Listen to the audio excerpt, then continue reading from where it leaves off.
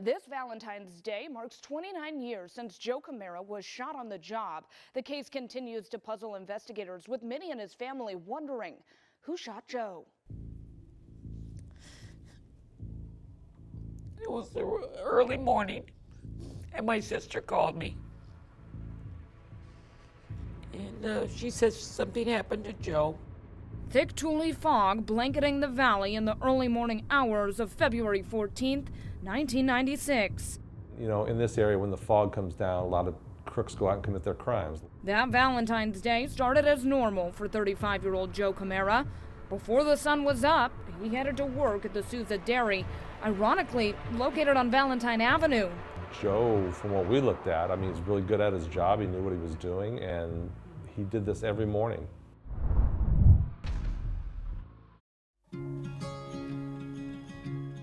I couldn't hardly stand it when he walked in that room that night.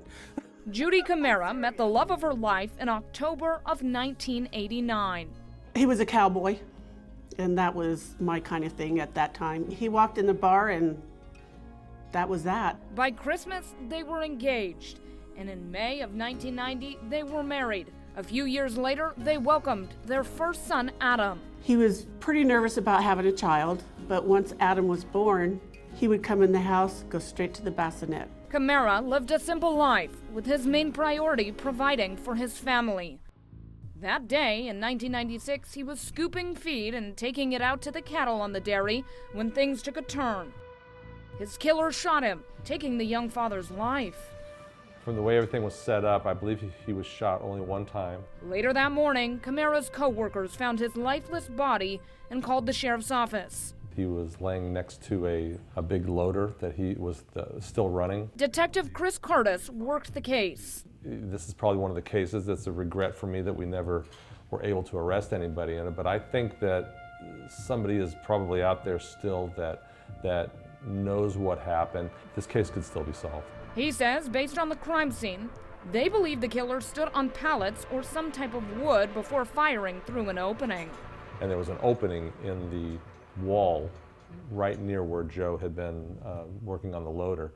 And they stood on top here and actually aimed through the opening and fired once, killing him. With this case, did you guys think that it was targeted at him?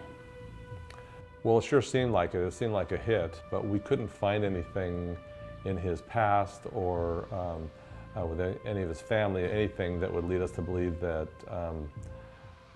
that it was a hit. I think as we went on with the case, we looked into everything about him, and he was a very simple man. For Joe's sister, Angela, who was born only 18 months after her brother, that gloomy day in February of 1996 is one she'll never forget. A part of me died when he died.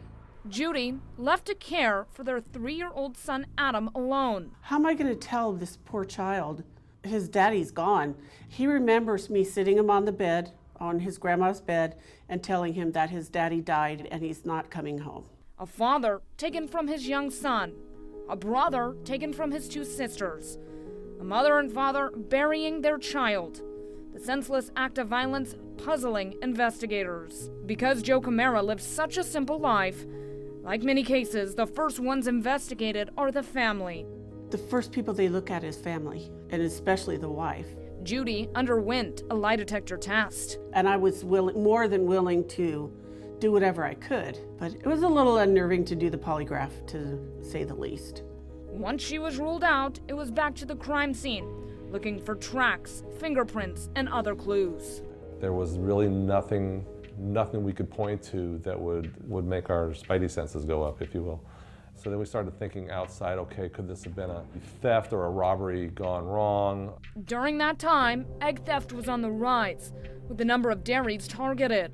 I know it's been a long time, but from your recollection, does it seem like there was any hay or fuel that was taken on that day? No, and I would think if there was a shooting as a result of a theft, it was probably that Joe interrupted something. Did thieves target the Souza Dairy that Valentine's Day? Did Camara witness a theft and step in?